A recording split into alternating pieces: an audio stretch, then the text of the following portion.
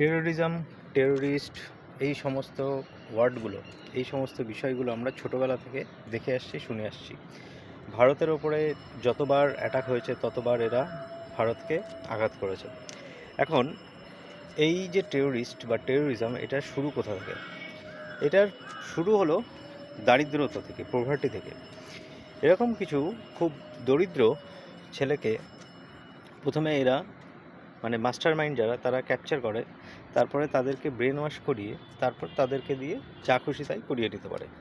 তো এখন বর্তমানে বাংলাদেশের যে সিচুয়েশান, যে অবস্থায় ওরা দাঁড়িয়ে রয়েছে, চরম দারিদ্রতার মধ্যে, এরকম কিছু ছেলেকে যদি এরা ট্রেন করিয়ে তারপর বাংলাদেশ বর্ডার থেকে ভিতরে পাস করিয়ে দিতে পারে, তারপরে তারা যা খুশি তাই করতে পারে ভারতে এসে।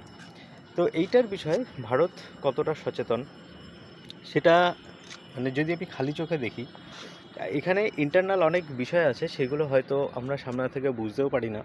অনেকের মনে হতে পারে যে না, ভারত একদম সচেতন না, এই সামান্য বিষয়টা জানে না, এমন কি হতে পারে না। ভারতের যে ইন্টেলিজেন্স সেটা অনেক বেশি পাওয়ারফুল। তো ইন্টেল যে ডিপার্টমেন্ট, তারা সব কিছুই খবর রাখে, কখন কোথা থেকে কী আসছে সব কিছুই জানে। তো যে ঘটনাগুলো অতীতে ঘটে গেছে, তো তার আগে কি জানতো না ভারত? ইন্টেলের কাছে কি ছিল না ইনফরমেশান? তো এখন যদি দেখি যে এই সমস্ত কিছু জানার পরেও, এত ডিপার্টমেন্ট থাকার পরেও যখন এই ঘটনাগুলো ঘটতে পারে, তাহলে এখন কেন ঘটতে পারে না? এই যে আইএসআই যে চক্রান্ত করে ভারতের মধ্যে বাংলাদেশের থ্রু থেকে এজেন্ট পাঠাবে, স্লিপার সেল পাঠাবে, সেটা স্বাভাবিক, সেটা পাঠাবেই ওরা। সেই জন্যই বাংলাদেশে এরকম অস্থিরতা। এখন এমতো অবস্থায় যখন আমরা রাস্তাঘাটে দেখি, একটু চোখ কান খোলা রাখলে বোঝা যায় যে কী ঘটনা ঘটছে। খুব সহজেই বাংলাদেশের কিছু মানে এরিয়ার কিছু বর্ডার লেভেলের কিছু গ্রামের ভিতর থেকে খুব সহজেই এরা কিন্তু চলে আসতে পারে। যখন পাকিস্তান থেকে ঢোকে, তো ভৌগোলিক যে পরিবেশ আছে ভারতের সঙ্গে পাকিস্তানের, সেক্ষেত্রে যতটা এদের কঠিন হবে বিষয়টা, বাংলাদেশের ক্ষেত্রে কিন্তু ততটা কঠিন নয়। রাস্তাঘাটে যখন চলাফেরা করি, তখন একটু নজর রাখলেই দেখা যায় যে আমাদের এই জায়গা থেকে, আমি যেখানে আছি সেখান থেকে হাবড়া পর্যন্ত একটা জায়গায় শুধুমাত্র চেকিং হয়। সেই চেকিংটা কি হয়, যেমন অনেক ফ্লাই যে কারগুলো আসছে, যে হয়তো দেখে মনে হতে পারে যে বাইরে থেকে আসছে, কলকাতা থেকে বা অন্য কোনো জায়গা থেকে, দেখে বোঝা যায় যে এটা অনেক দূর থেকে আসছে, তো সেই গাড়িগুলোকে আটকে রেখে জাস্ট সামান্য চেকিং করা হয়। কিন্তু আদার্স যে সমস্ত গাড়িগুলো যাচ্ছে, তো সেগুলোকে কোনোভাবেই ওই রকম কোনো চেকিংয়ের কিছু নেই, জাস্ট ছেড়ে দেওয়া হয়। তো এখন খুব সিম্পল একটা ছোট একটা এক্সাম্পল দিচ্ছি। আমরা সাধারণত সকালবেলা যখন দেখতে পাই কিছু এখান থেকে অটো যায়, সেই অটোর মধ্যে করে কিন্তু ছানা নিয়ে যাওয়া হয়, ঠিক আছে? সেইগুলোকে কোথায় পাঠানো হয়? কলকাতাতে। প্রথমে আগে হাবড়া স্টেশনে আসে, তারপর ওখান থেকে ট্রেনে তুলে তারপরে নিয়ে যাওয়া হয়। তো সেই সিচুয়েশানগুলো কেমন হয়, অটোর ভিতরে কোনো লোক থাকে না, ড্রাইভার থাকে বা পাশে আরেকজন থাকে কেউ, আর পিছনে পুরো যত সিট আছে বা ফাঁকা জায়গাগুলো রয়েছে, সেখানে কিন্তু এরকম বালতিগুলোকে রাখা হয়, আর তার মধ্যে ছানার যে কাপড়ে করে সেগুলোকে ওর ভিতরে ওইভাবে রাখা হয়। সেটা আমরা কম বেশি হয়তো অনেকে দেখেছি। এখন ওপরে ফেক এরকম একটা জিনিস রেখে তার নিচে যদি আরডিএক্স বা এরকম কোনো কিছু পাচার করা হয়, তাহলে সেক্ষেত্রে কিন্তু এগুলোর যেহেতু চেকিং হয় না, তো খুব সহজেই কিন্তু সেটাকে ট্রেনে তুলে নিয়ে যাওয়া যায়, তারপর সেখান থেকে শিয়ালদায় নিয়ে গিয়ে তারপর বিভিন্ন জায়গায় ডিস্ট্রিবিউট করা যায় খুব সহজেই। এছাড়াও সকালবেলা আমরা দেখি কিছু লোক কাজের উদ্দেশ্যে হাবড়ার দিকে চলে যায়।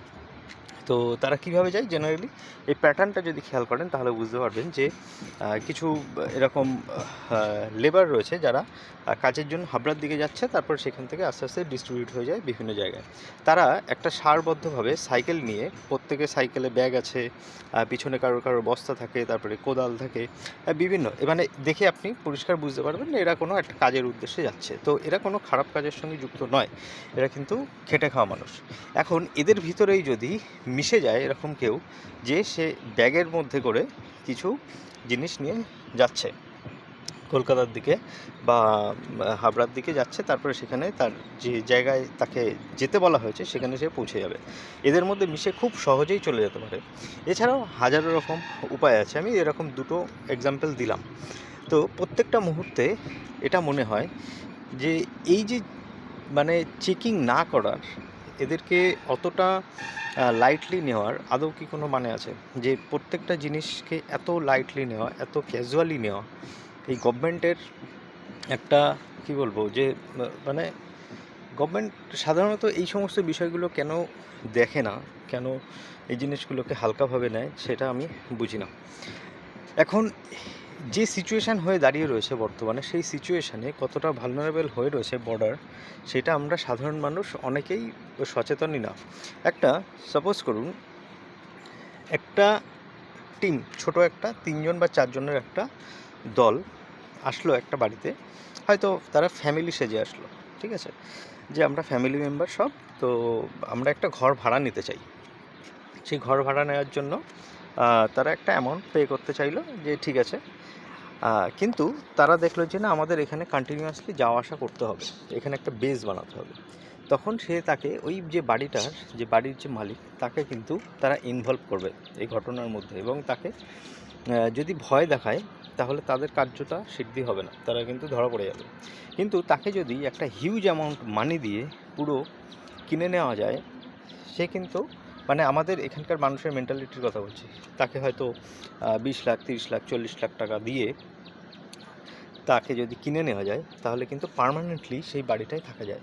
এবং সেই বাড়িটা যদি এমন হয় যে তাদের রুমগুলো বড়, তাদের একটা গোডাউন টাইপের কিছু আছে, তো সেখানে কিন্তু তারা একদম হামেশাই ওখানে একটা বেস বানিয়ে নিতে পারে। তারপরে তাদের যে কাজ সেটা স্টার্ট করতে পারে। কেন বলছি? কারণ বেশিরভাগ বাড়িতে এই যে ভাড়া বাড়িগুলো, তাদের কিন্তু ব্যাকগ্রাউন্ড চেক করা হয় না। তারা এমনি জাস্ট শোনে যে কোথা থেকে এসছে বা কী কিছু, তারপরে তাদেরকে সেখানে থাকতে দেওয়া হয়। আর প্রত্যেক মাসে মাসে একটা টাকা তাদের কাছ থেকে নিয়ে নেওয়া হয়। এখন যদি টাকা এরকম কোনো আইএসআই এজেন্ট বা সিআইএ থেকে যদি টাকা ফান্ডিং হয়, তো তাদের কাছে এরকম টাকা পয়সা দেওয়া কোনো ব্যাপারই না। ওকে, টাকাটা এখানে ফ্যাক্টই করে না। ফ্যাক্ট করে হলো সিকিউরিটি, যে আমাদের যে সিকিউরিটি যে কনসার্ন, সেটা কিন্তু অনেক বেড়ে যায়।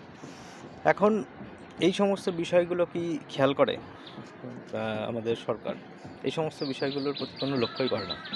আমরা শুধুমাত্র চলি যে ভরসায়, যে না আমাদের কিছু হবে না, ব্যাস এতটুকুই ভরসা, আমাদের আর কিছু কিন্তু নেই, যে আমাদের কিছু হবে না, সব কিছুই নর্মাল আছে, এটা ভেবেই আমরা চলি সবসময়।